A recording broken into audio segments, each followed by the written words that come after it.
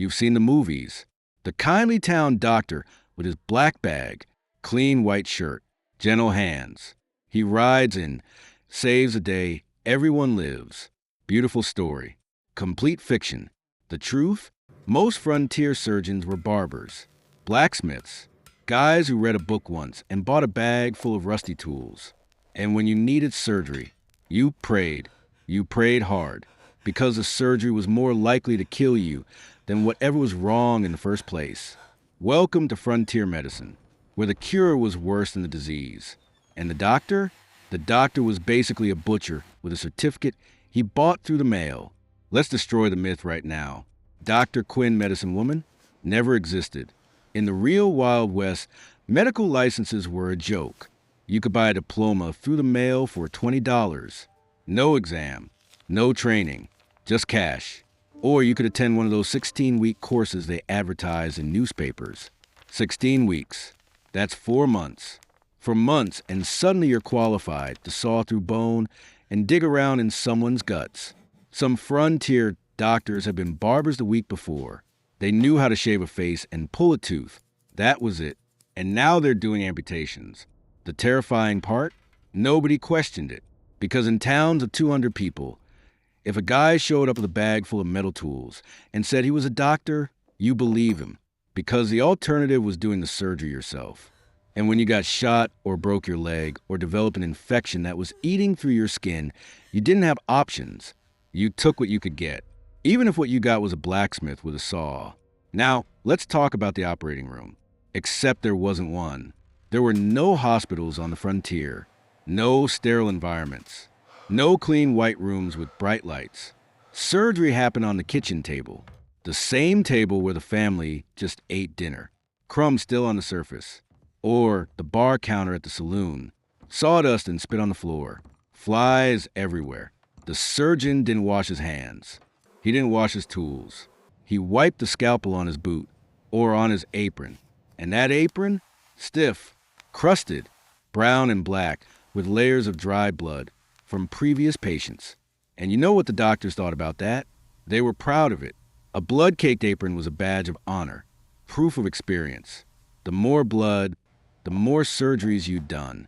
It never occurred to them that they were wearing a biological weapon, that every crusty flake of dried blood carried bacteria from infected wounds, gangrenous limbs, and dead tissue. And they wore it right up close to your open body. This wasn't medicine. This was a contamination ritual. So you got shot, bullet in the chest or the leg. What happens next? The doctor needs to find the bullet. And how does he do that? He sticks his finger in the hole. His unwashed finger. The same finger he just used to wipe sweat off his forehead or just his hat. He shoves it deep into the wound, feeling around, searching. Can't find it with a finger?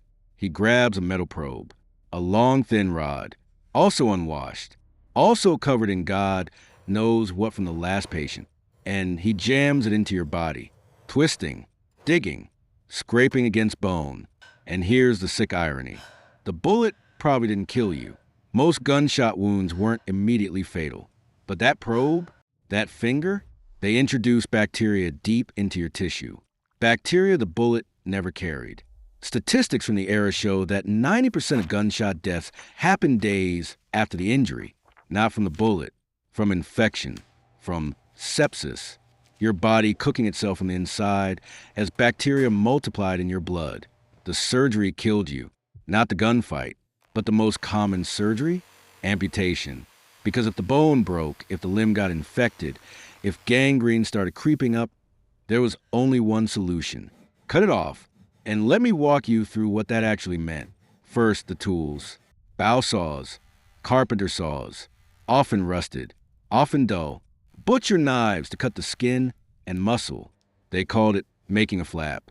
You cut a flap of skin and muscle long enough to fold over and cover the bone stump after you sawed through it. Simple, right?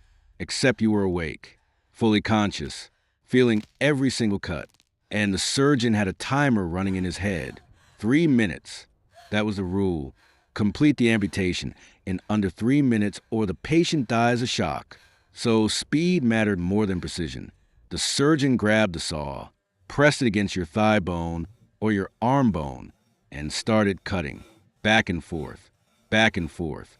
The sound? A wet crunch, like cutting through green wood. The vibration traveled through your entire skeleton. You felt it in your teeth, in your skull, and you screamed. You bit down on leather or a wooden stick or a bullet. Some men bit so hard they shattered their own molars. The pain was beyond description, beyond comprehension. Your brain couldn't process it. And then it was done. The limb dropped into a bucket or onto the floor, and the surgeon folded the skin flap over the exposed bone and stitched it shut with thread that had been used on previous patients. No painkillers afterward, no antibiotics, just whiskey and hope. Speaking of painkillers, let's talk about anesthesia, or the lack of it. Ether and chloroform existed in the 1800s, but they were expensive, hard to transport, and often impure.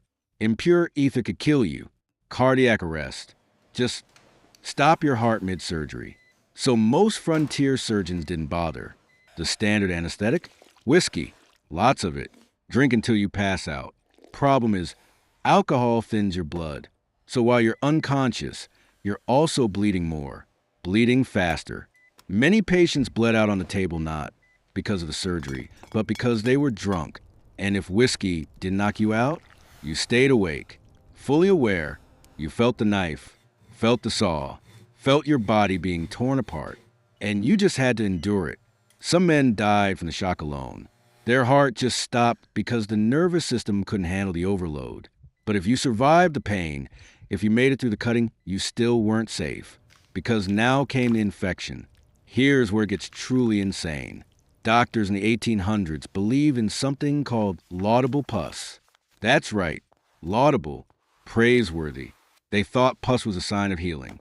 They thought thick yellow or green discharge oozing from a wound meant the body was cleaning itself out, so they encouraged it. They even transferred pus from one patient to another to stimulate healing. I'm not joking. They took infected discharge from a wound that was clearly septic and rubbed it into a fresh surgical site, on purpose, with intention, because they genuinely believed it helped. The reality? Pus is staph infection. It's your body losing the fight against bacteria. It's rot. It's death spreading through tissue.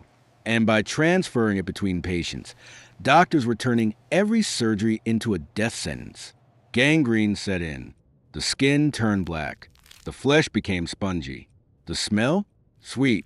Sickeningly sweet. Like overripe fruit mixed with sewage.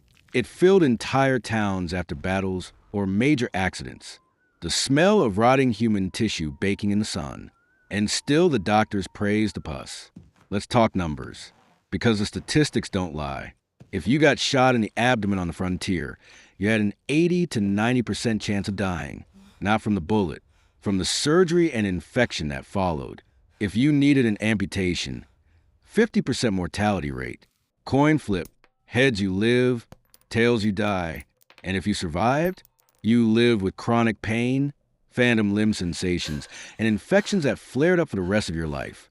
Gangrene could return months later, years later, eating away at the stump, forcing another amputation, and another, until there was nothing left to cut.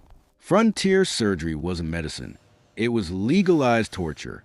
It was rolling the dice with your life, while a man in a blood-soaked apron sawed through your bones with rusty tools and told you the pus was a good sign. This is the reality Hollywood will never show you, because there's no romance in a kitchen table operating room, no glory in screaming, while a barber pretending to be a surgeon cuts off your leg in under 3 minutes. No heroism in dying of infection a week later, because the scalpel wasn't washed. The Wild West didn't kill people with bullets. It killed them with ignorance, with arrogance, with men who thought a mail-order diploma made them qualified to cut into human bodies. If you want more truths that destroy what the movies taught you, subscribe to the channel, hit the bell, share this with someone who thinks old-timey medicine was charming, because here we deliver reality. Raw, visceral, no anesthesia, until the next frontier legend.